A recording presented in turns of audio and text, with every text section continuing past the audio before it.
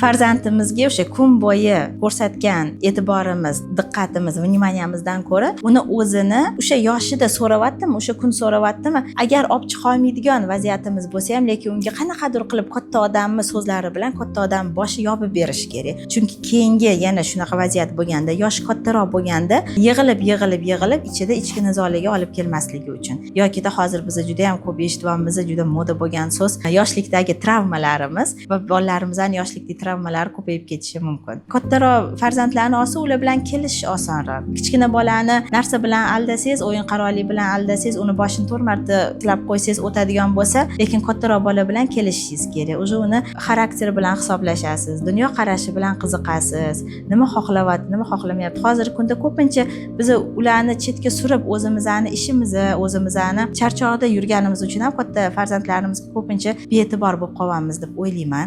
Ota-onalar faqat sal kech qolamiz deb o'ylayman. O'sha bizani o'qituvchi chaqirganda yoki qanaqadir muammoli vaziyatga uchraganimizdagina biz bu narsaga e'tibor qaratib, biz bu narsani to'g'rilashga harakat qilamiz. Lekin shunaqa narsa ham borki, agar siz oldindan sal bolangizga e'tibor berib, uyda qaysidir men ish qilayotgan bo'lsangiz ham, lekin diqqatingiz bolangizga qaratilgan bo'lishi mumkin-ku. O'sha paytda u bolalarni ko'rasiz. Ha, mana bu yog'iga yetishmayotgan ekan, mana bu yog'i kerak ekan.